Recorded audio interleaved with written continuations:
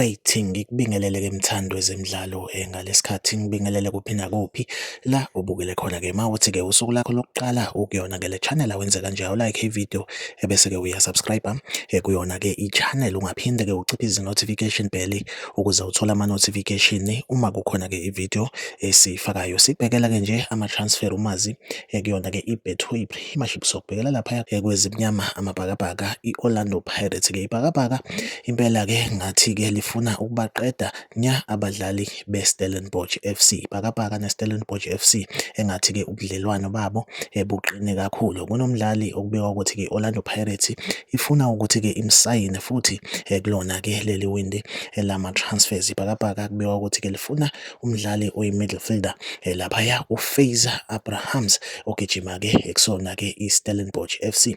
Njengamanje-ke i-Orlando Pirates isisubmithile i-offer kwi-Stellenbosch FC ifuna-ke uFazer Abrahams ogijima-ke esiswini esithemba ukuthi-ke i-Stellenbosch FC impela-ke sizovuma nalo mdlali-ke oneminyaka ewu-21 osagijima kuyona-ke i-MDC futhi yaso-ke i-Stellenbosch FC. Sifisela inhlanhla i-Orlando Pirates ukuthi-ke ingxoxo zabo zibe impumelelo ne-Stellenbosch FC.